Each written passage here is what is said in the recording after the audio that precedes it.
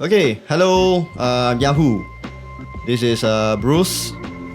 And this is Stephanie. We're the producers with Yummy, and this is our first ever Yummy podcast.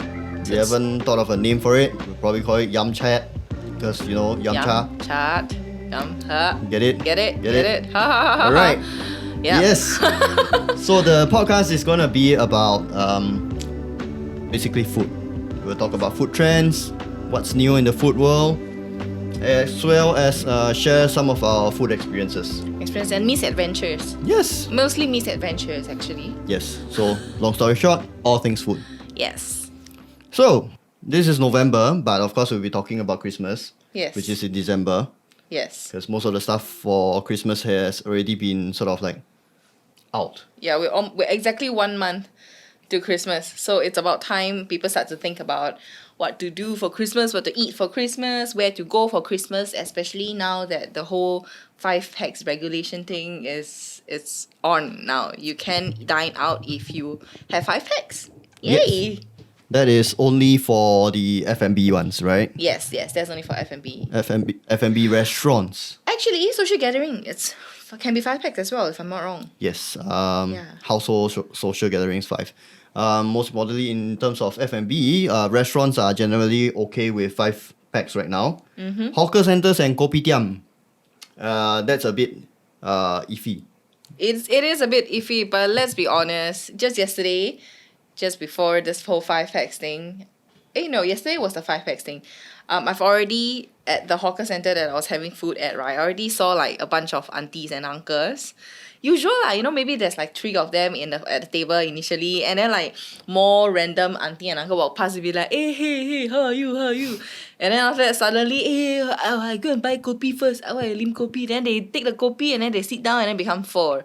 And then after that, they just continuously, then it became 5 lah. And then when there are 5 packs already, I was like, wow, okay, heng, today can 5 packs already. Then along came another auntie. And then she walked past. And then she was like, you're still here, not going home yet. And then the other auntie was like, I'm going home soon. And then I was just observing them and seeing whether they were going to sit down and talk at the hawker center. But no. The 6 auntie know better than that and leave afterwards. But Wow. I'm not... I'm know. surprised. Yeah. Because I think one thing that many people tend to forget is that, sure, you got your 2 packs, you got your 5 packs, but the underlying requirement is that you're not supposed to mingle between tables and all that. Yeah. And somehow, I don't know, people seem to ignore that particular side of that rule. Yeah. Because you got people ordering food for the other table, or they're sharing food between the table. It's very common, especially for families of 4 or something. Yeah. And I've seen it happen even in F&B restaurants. I'm not gonna out any names. Yes. But it has happened before. Yes. SDA people, go and do unfortunately. your own job. I'm not gonna do it for you. You go and find it yourself. Yeah. But yeah, so 5 packs dine-in for hawkers right now. And it's honestly, I feel quite sad for the West Siders lah. I myself personally Northeast. The 5 packs dine-in for hawker centers, right? Mm-hmm. Kampong Admiralty. Okay. Technically north side, right? Okay. Northwest. Sembawang Hills Food Centre. Holland Village. Bio Crescent. Tiong Bahru Market. Market Street Interim Hawker Centre. That's the one at Telok Ayer. Okay, it feels very central. Yes. Right? And then Tzu Yuan Hawker Centre, Geylang Serai Market. Okay. Our Tampines Hub. Yes. Yes, of course. Pasir Ris Central Hawker Centre and Bedok Food Centre. Yeah, it's completely ignoring all of the kopitiams that's under HDB flat, which is where most of the interactions are Yes. taking place, unfortunately. Yes. Yeah. So if you look at the Singapore Island map, right, all the hawker centers that allow 5 people dine in are all on the central to the east side. Not a single one in Now the west that you side. mention it, It's yeah. very sad. I feel bad for them. Is it because the west side got no big hawker center that's I don't know. West side people don't come for me. Clementi, Queenstown. Oh yeah, there's Queenstown. Oh yeah. Oh. Oh yeah. All the big. I mean, I wouldn't say Yeah. all lah, but there are quite a few pretty big and famous hawker centers in the west side. Right. I don't know what do you happen to know why there's such a do they give any reasoning why it's only those? Is it because they are more open air? Is it because they're more airy? There could be. I'm sure there's a good reason for this. For hawker centres and kopitiams to be allowed for five dine-in, they need to fulfill a few criteria. Yep. So some of which include they have to cordon off most of the area such that there's only one way in and one way out. Okay. Which in some cases might make certain kopitiams feel very stuffy. Especially the older ones that are on like not so ideal feng shui locations. Yeah. There are certain kopitiams near my house that even without cordoning off, right, it's really super stuffy. Yeah. Not a very nice dining experience lah. And another one would be they need to have people checking vaccination status at every checkpoint, at every entry. And Job creation. you can say so, but they have to job pay it off their own pockets. So like, Yeah. I don't know if the money works out for the kopitiam owners, you see. Right. So in most cases, I'm guessing most of them actually just decide to just keep it to 2 packs. They're still earning money. It's not say a massive drop in income for some of them. I mean, people can still tapao lah, I guess, Exactly. which is important for the Yes. majority of us. But most importantly, just know that not all places allow for 5 packs dine-in yet.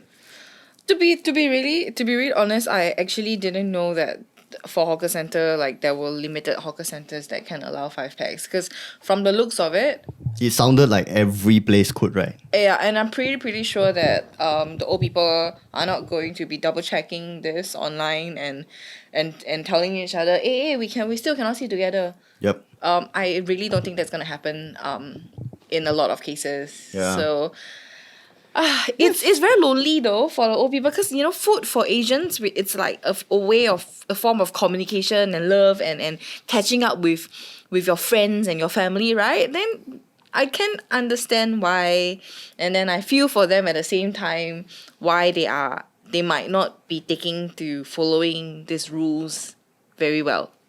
Wow, it's very tough. Yeah. And I feel like especially the older folks, for us tech savvy generation, we could easily like hop onto a video game or Zoom chat and all that. Yeah. Sure, it doesn't beat the actual physical interaction, but at least we can still chat with friends and stuff like that. Yeah. You can Older still do generation is that. very tough there. They can't like they and how much Netflix can they watch? Even if you tell them how to Provided they know how to use Netflix. Provided they know how to use Netflix. Yes. Yeah, so it's difficult. It's a difficult time. But hey, let's hang in there. Hopefully, after everybody gets the booster shot, Yes. we'll be able to gain a little bit more freedom back for everybody. I hope so. Yeah. Let's see how it goes, but I don't expect things to go back to normal anytime soon, to be honest. Yeah, it's like that meme, and like, don't give me hope. And things are changing up so fast, and like it feels like almost most of our hawker experiences have sort of been so different nowadays. I remember like don't say hawker lah. I mean like while I was filming for the oyster cake episode for our yummy places, right? I mentioned something. I said the word Pasar Malam, and it felt like a dirty word. It's like, It's like, what's Pasar Malam? what is Pasar Malam? My brain could not connect. It's like, what is Pasar Wow, Malam? it's been a while. It's been 2 years. Wow. We haven't had a Pasar Malam since 2 years ago. Yeah, somehow they are already far and in between even before this pandemic. So, ugh, Yes, exactly. yeah, now that you mention it, And I miss Pasar Malam. I do miss Pasar Malam. I mean, it has changed a lot, Yeah. but there are certain things that you just want to go to a Pasar Malam for. and the fact that that everybody there is as much a foodie as you. Yes. They just want to go there and eat. Yes. What's your favorite Pasar Malam food? Taiwan sausage. Yeah. Standard. The Taiwan sausage in Pasar There's Malam something about always it, man. tastes better than anywhere else. Yes. I know there are other places that's like like standalone store that they sell Taiwan Xiangchang forever and all of that Yeah, one, but nothing tastes the same as the Pasar Malam ones. Yes. As well as those kebabs. Oh, kebab. A Yeah. bit pricey. But pricey, but yeah. I've seen the kebab places level up their game before. Like I remember when I first saw the kebab places, it's just they'll slice the meat, put some chapalang pita bread, not pita bread, the tortilla rolls and whatever it is. Right, okay. Then that's a okay, doner kebab, okay. right? Yeah. And then I think about half a year later, I saw 1 or 2 stores started to bake their own pita bread on the spot. Beautiful. And then That's how stuff it the meat should in. be. Yes. Right? I Then would it pay justifies- extra for that. Exactly. Yeah. And like Pasar Malam food has changed so much. It does. It has. I mean, Right? the Haoping, honestly, it wasn't a Pasar Malam food until recently. Was it? It was. It Okay, was? so Or was it lost and then along the way it got found its way back or something? so there were a few kopitiam stores or hawker center places that sold oyster cake. I think it was like 2 years. I think it's like 3 or 4 years ago. No, 3 or 4 years pretty ago, sure there weren't that any. oyster cake, particularly the Teochew meat puff. Okay. That particular store Okay. dropped in on Pasar Malam and then became that sneaking queue that you see Yeah. almost at every Pasar Malam. But before that, Before that, Before they do that, sell. They do no. sell, but it wasn't as popular because it was part of that row. You know, at every Pasar Malam there will be that one store that sells all the chapalang Chinese food. yeah. The fishball, nugget, then there's a drumstick, muaji, tapioca cake. Yeah. And then some of them will have oyster cake, but the oyster cake is very generic one. Nothing to shout home Wow, about, but they do have it. I've never had it in my life, I think. Sometimes I get like Until I then. remember trying to queue for Teochew meat puff, and then I was like, never mind, I'll just get this one. Satisfy the itch, but it's just not good, not as good as Teochew meat puff. Right. Right. Yeah, wow, things have changed so much. Even our hawker experience have changed so much. It has. Nowadays, it's not just about going to the kopitiam or the hawker center and then sit down and then order your food. Nowadays, it's a lot more steps. You need to check. You need to check the hell whether the place Yeah. is even open. And how we found out is actually the hard way lah. Yeah. Because the other day we were actually thinking of going down to Bedok 85. Do a bak chor mee showdown. Bak chor mee showdown. Also because there was one particular oyster cake store at the same hawker center that I wanted to taste test lah. I chose Steph to go because we could 顺便 go and do the bak chor mee taste off. Yep. Reach there, close. It's closed. Yeah. Not because of COVID or anything, it's because scheduled cleaning. Yeah, it was just cleaning. Like, I mean, of course, we need to check the scheduled cleaning, but right now it just means that we have to, even if we check on the website, if it's open, you cannot trust it. You got to check the scheduled cleaning. You got to check if there's any COVID related case which might impose on them a random Yep. disinfecting Yeah. session. Then you need to check. There's so many things to check. You don't know, maybe the owners are not well. You can go down after checking everything. Yep. Like, I'm sure on Wednesday this place is open.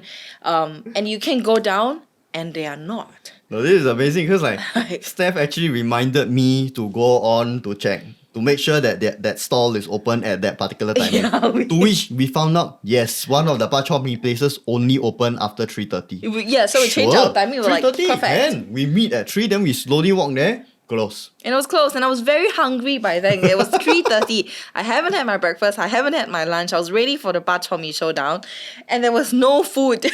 And it's actually not the first time I kena this. The Yeah. day before, right, I went down to Bersih Food Center to try out to review the Haoping there.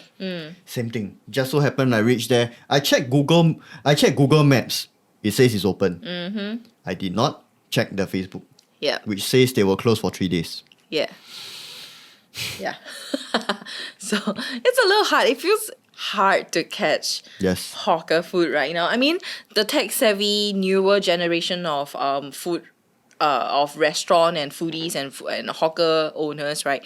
They know to update on Facebook. They know to update on all the social media or platforms available to them. But the older generations don't really update it, even if they do have a presence on social media, and nobody really updates like on Google opening hours like super regularly and all that. So it's really a game of chance when you want to go down and support particularly popular hawkers and all of that. And even then, you got tech savvy folks like Steph and I who still miss certain areas to check Yeah. and end up being like failures in this aspect lah. Yeah, which reminds me, like, we also went to eat the bak chor mee at the 58. Michelin. Oh yes. The Michelin star one, which is not supposed to be open on a particular day. I can't recall off the top of my head right now, but Monday. yeah, it's not supposed to be open on Monday because Okay, something so about the abattoir only opens. Abattoirs are closed on Sundays. Yeah. The slaughterhouses they're closed on Sundays, which means they are not able to get their fresh supply of pork on Mondays usually. And I have gone to the Crawford Lane Tai Hua pork noodle Yes. before on a Monday. Yes, and when he wanted to do the comparison. Yes, I wanted to do a shoot. I reached there, closed.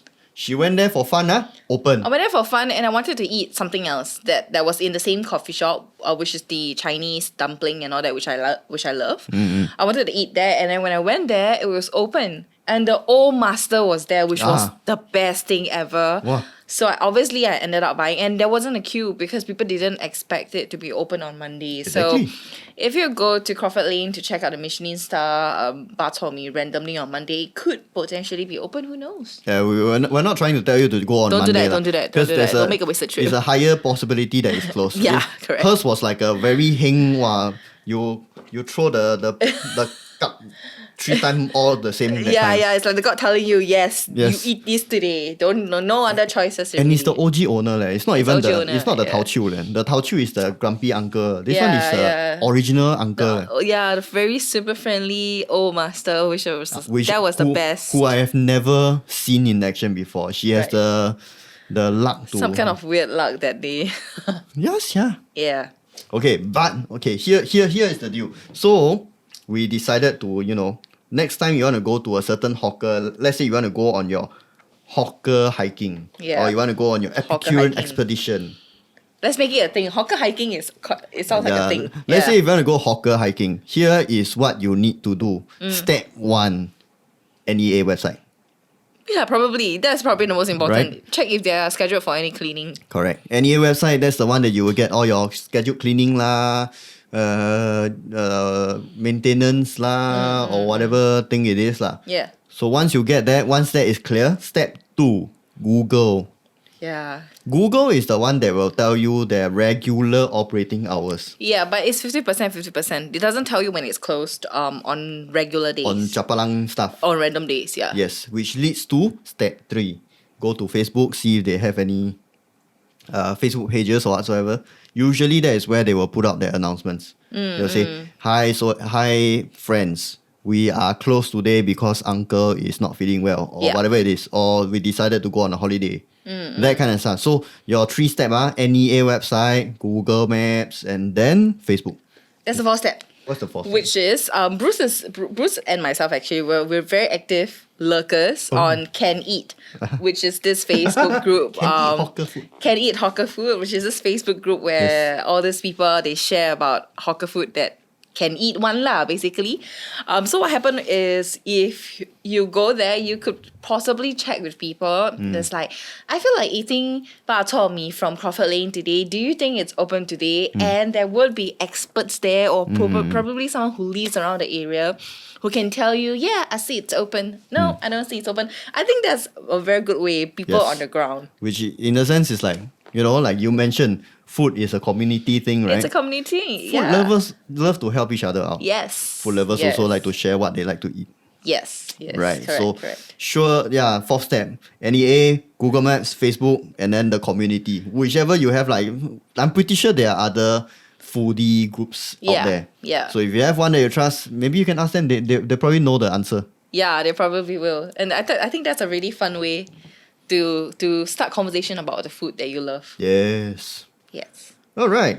So it's Christmas time. Yep, I'm pretty yep. sure there's a lot of Christmassy announcements or Christmas meals or whatsoever. I'm pretty sure. I'm pretty sure all the McDonald's or the fast food restaurants, they probably would have Christmas themed meals out soon, which I'm going to do a review of. Yeah. But what about the restaurants and hawker side? Do we have any?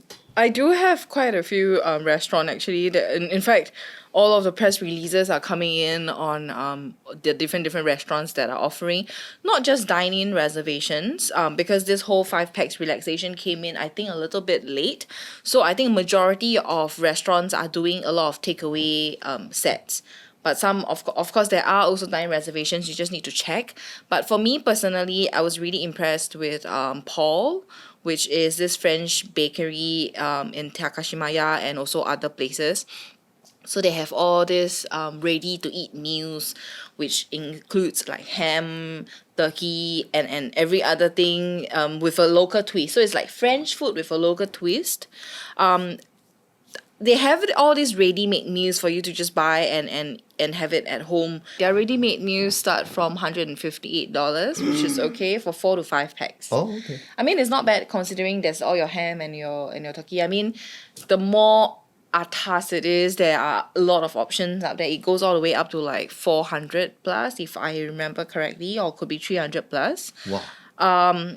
But it looks very, very good. We have a link that you can check out to check out all the other places that are having dining and reservation. But Paul is something that I particularly wanted to call out, as well as this place called Mad About Sucre. Sucre. So Mad About Sucre is also a French and let me preface it by saying I'm not exactly into the whole French food, French culture, and all of that. Like I'm too crass for I'm too crass for French cuisine. I thought French cuisine is like very very fine and all of that. But when I went to try at Paul, I thought that the food was really, really good. Nothing very super fine. It's very localized French cuisine, which I love. And then this Mad About Sucre, I have not tried it, but I was just looking through their Christmas menu, and they have a lot of confectionaries that looks really, really good. And they are also award winning. They are known for their bakes and their patisserie and their savories and all of that. So I don't think you can go wrong with that. They have a very extensive festive goods menu that you can pre-order on their website. It's also available on that the same link. Okay. Yeah. Sucre. But that's Sucre or Paul? Both Mad About Sucre and Paul. Mad About Sucre has a more extensive list. In my opinion. Right. Yeah, but Paul has the food that really, really appeals to my palate. To a local palate, to someone who is very like local food, and then this French would come along, and it has local flavors like nasi lemak, but with white curry turkey. I know it sounds a bit odd. It sounds a bit like, it doesn't sound like it's very nice. It sounds very healthy, but it turns out that it's really, really good. So I quite like that. Any on the Asian side? No? Asian side, I mean, Paul is on the Asian side because they have the nasi lemak with the true. white curry, right? And majority of them now, I think a lot of hotels such as Shangri-La, such as not just Shangri-La, let me just very quickly look through. There's quite a few. There's your Fullerton Hotel, Shangri-La, Fairmont, Swiss Hotel. All of them have Chinese restaurants or international buffet restaurants, right? And they are also offering all your Christmas the menu and all of that. And they do have Asian food, right? So, true. and we like choices. And I miss buffets. So I feel it feels like right now it could potentially be Christmas seems like a good time to indulge in a buffet. I don't know, is it a safe time? I don't know. But there are places that have ongoing buffets. They do. For example, Royal Palm, for example. Yes, Royal Palm. They have Chef Bob, hello. Hi, Chef Bob. Yeah, they have buffets going on, and it is quite an interesting site because instead of you picking your own food, they got server, they got the service staff are there to like pick up your plate, scoop it in for you, pass it back to you. Yes. It's like a royalty treatment. 2-tier buffet if you look at it. It's a 2-tier treatment, but you know the thing about buffet is in the past is you get to pick the best cut that appeals to you the most on that thing, even though they are all the same. But you know, it's psychology, right? Yes. You want to pick the one that you feel the most song about. So and I feel like you buffets have sort of changed in form after a while. From what you say, picking your own meat. Yeah. For example, like at a Korean barbecue buffet, like you say, I would look around and try to pick the freshest cut. Not say the freshest cut, the fattiest cut of steak before I go back and grill and that kind of stuff, right? Yeah. Now it's different. Now it's like a la carte form, fill the form and pass the service staff. Yeah. They'll get it for you and then look at it. Now I need to order twice. 2. Yeah, you need times 2 and it comes and it's just like, that's what I would take for 1 pack. For 1 pack. Damn it. That's the point of a buffet. 吃到饱, you know. Yeah. And then now things seem to be changing again. It's a hybrid buffet of It's sorts. hybrid buffet, yes. But yeah, actually, but then again, I haven't been to a buffet in a very long time. I have actually. I have recently been to a buffet for my mom's birthday. Right. And it's quite it's what, like you mentioned, you go there, you do the pointing and someone else does the picking for you, which it's not as fun as before. It's more fine dining. It feels It's more atas lah. It feels You're a just bit sitting there. Yeah, you're just sitting there and demanding people bring food to you, which is different from in the past. But hey, I mean, if you're gonna do that, then might as well eat at home if you think about it. Speaking of buffet, have you read that news article about the Chinese guy that got banned from a buffet because he ate too much? Yeah, do you know a lot of friends send me that article? I don't know why. I don't understand why friends send me that article. Why? I don't understand. What kind of friends you have? Why would my friends send me that article of all people? Yeah, I read it. Well, but wow. Imagine Do you being think it's banned. justified? Okay, can I be very honest? I don't know exactly how much A lot. the person like Right. So, ate. to my understanding, buffets generally earn by, how to put it? The cost is there, right? Your entry fee is there. Right? Yeah. Let's say you're paying what? $50 to enter. Yeah. Chances are the average human being like myself, I cannot eat $50 of things. Unless I decide to order oyster after oyster after You oyster. just eat all the expensive Yes. things, which is what people do. But nobody's right? gonna do that. I wouldn't say nobody's gonna do that. I would do that. But in my younger days, actually now I don't really do it. Yeah, there's a limit now. There's a Right? limit to the stomach now. And chances are they're gonna earn like, I don't know, $10, $5 off an average person that goes there. Yeah, that's Right? true. Or So more. going by the article, it sounds like the guy really is the kind that really goes ham on the expensive ingredients, the shrimp or the oysters or whatever. And he doesn't look too big. Yes. Like he He looks like a competitive eater, yeah, if anything. He looks quite tinier than I expected for someone Yes. who can scare an owner into banning Yes. him. Yes. And it's like, is it justified? Do you think it's justified for the owner to ban him? Because like, the point of a buffet is all you can eat. Yeah. This guy could eat all. Yeah. And then you ban him for that. And then like, does that affect your reputation as a buffet place? Yeah, it might. It could. And on the flip side, some people are saying that all this is actually just a publicity stunt. It could be. It could also be a publicity stunt, but well, if anything, he has probably succeeded, right? Because the news has obviously traveled far and wide. Yes.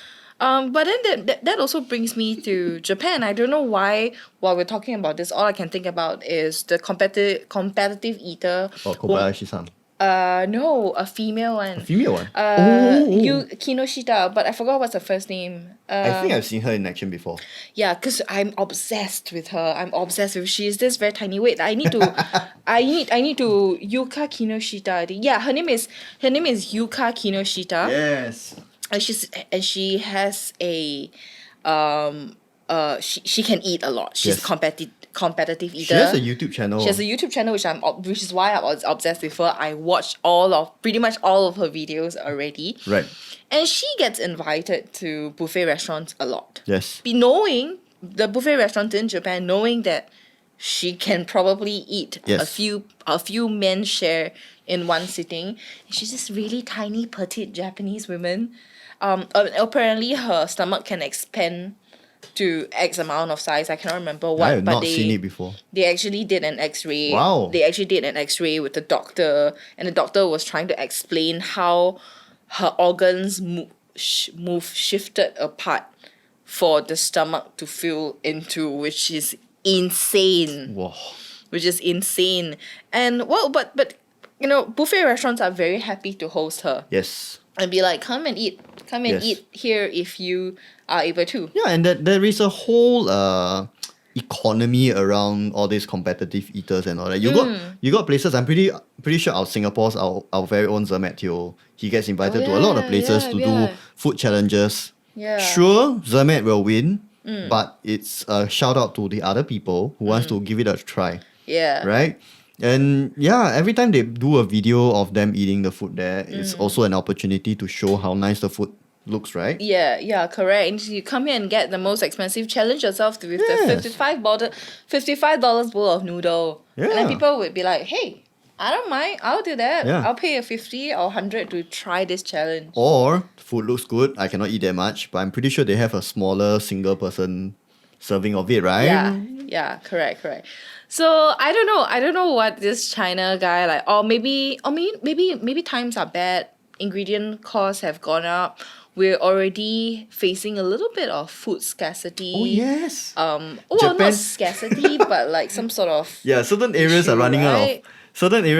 out of ingredients. For example, Japan's convenience stores, I think it's Family Mart or something. They are limiting or removing their fried chicken from the menu. No. Because why? because the chickens come from Thailand. Oh. Apparently I think so. Because the meat comes from another country. So they're running out of that chicken to the point that they have to limit the number of fried chicken sold at the convenience store. I think it is Family Mart. That's insane. Isn't that slightly worrying? I don't know. Isn't that slightly worrying? That's worrying for me to hear. To hear that the convenience stores are not getting convenient anymore. Yeah, I'm not as convenient. And well, maybe then right now it's a good time to relook at our relationship with food. Well, I know we were talking about buffet and competitive eating and all of that, but maybe it is a good time right now to revisit what we eat, how we eat it, and I mean, after all, this whole pandemic also started from food in a way. Not food From an alternative food source. from an alternative food source, right? So maybe it's time to. But that is not proven. We don't know if it really came from eating or said alternative food source. We never know. That's true. We never know.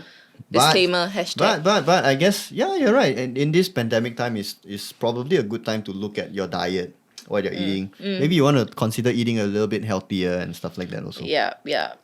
So Scrape Buffet, maybe just go for delivery sets where you and your family can just share a fixed amount Yes. of food that's just right for everybody. Yeah, actually, personally nowadays, I haven't really gone for buffets in a very long time. The last buffet I went to was Kuishimbo. That sounds like super long ago. I don't know why. Because Kuishimbo closed down, I think, start of this year, I think. Oh, they did. The Suntec one. I don't even know they closed down. Yeah, very sad. Wow. Oh, I loved it. Yeah. The snow crab legs. That was the time I did the eat only one particular item to get my dollars worth. It's $68 worth, Now the song is playing in my head. I wish they come back after. Don't. But they never say anything yet. Yeah. So It's a bad time right now. yeah, I don't know. don't open. But a lot of places are opening. Yeah, it is. A lot of places are opening. We have been invited to so many new restaurant opening that I'm a bit surprised that people are surprised but pleasantly so. We seem to be back on an upward trajectory when it comes to developing our F&B establishments. It's very interesting because you got people who are career switching. Like for example, sixth floor oyster cake. It's kind of cute, how people are like, I'm going to ditch corporate and I'm going to feed people now. Yeah. That's what a lot of home-based Yes. business are doing, right? Actually, quite a lot. Like, used to be part of the big four, this and that. A lot of people are teaching their office jobs to become hawkers and F&B owners and that kind of stuff. Very interesting, very nice to see. Yeah. Then, of course, you got the people who used to work in larger restaurants, maybe like ex-Crystal Jade or ex-this, ex-that. Yes, and then they're opening their own hawker center. What do you think about those? Okay, this is speaking from someone whose father is a chef, Oh, yes. right? I don't think it really. Matters. No, well, okay, maybe just working in all these different places, just maybe add to your repertoire of skill set and all of that. But I don't think it's a guarantee that whatever next thing you're gonna do is going to be good or going to be very, very successful. And if you fall into the trap of just queuing because this person seemed to be from X Din Tai Fung or X whatever, then maybe you're just getting a cheaper version of that store. What is that? Is that a bad thing though? I don't know. No, it's not a bad thing. It's not a bad thing. It's not a bad thing to get a cheaper version of that store, but can it last? I don't know. I guess it depends on what kind of trajectory you want as a chef and what you want to achieve with your store. Yes. I don't know. I mean, no issue with that, of course, if you want to do it and people are willing to pay for it. But I don't know. So far, it just seems like people who do that, right? Not all of them succeed. We don't hear a lot of success cases. It's because everybody now, left, right, center, have worked with, etc. Have worked as a Michelin star chef. Have worked as like what else? What does it add now to your credentials? I don't know. Right. And there's just so many of them. Yeah. Like we can't even pinpoint one to talk about because the list just sort of goes on and on and on and on. And they are mostly quite generic. I guess we're doing ASMR now. No, but it's really quite generic. They are pretty generic. They are. But you know what? Still, kudos to them. I think it's very terrifying to quit something that you're very familiar with and jump into being your own boss. It is a lot more difficult. Agree. And I think people should be given credit. But at the same time, people who are looking to jump into to become a hawker center, to become a hawker store owner or to open a restaurant, I think there are enough videos out there documenting the hardship that one would go through. And a lot of these hawker stores, right, they may or may not last. So still a lot of kudos to them. I think it's a very brave thing ultimately for a chef to go out there and do their own thing. Yeah, I agree. Yeah. F&B is my retirement dream, but it's not my mid-career switch dream. Wow, retirement dream. Yeah. You gotta wake up at 3-4 a.m. to do your to fry your pork lard, to do your soup. I can imagine when I'm like 60, 70 and just have a little stall and just wake up in the middle of the night, just wake up, prepare. How odd. That's your retirement dream. And that is my mid-career switch dream also. But I want like a store the size of a ramen store in Japan. Wow, you know, the small kind lah. Just one lane, just Right. one counter, one lane.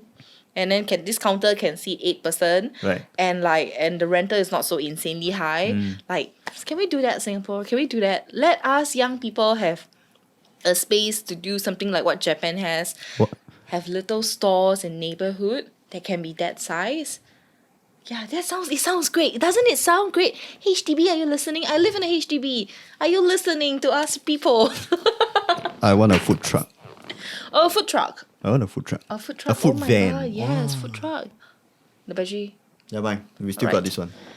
So That is a sign for us to wrap things up. it is a sign for us to wrap things up. That was a good chat. Yes. Yeah. So that's it for this month. Next month will be Christmas. We don't know whether or not we'll be actually doing an episode. We should. We should. But I need to think we clear my should. leave. Until then, I guess we'll see you next month. We'll find a slot, a time to actually sit down and chit chat again. Maybe let us know what you want us to talk about. Or Yes. you just want us to ramble and talk nonsense like that. We're happy to also. Yes. Okay, until then, bye-bye. Bye.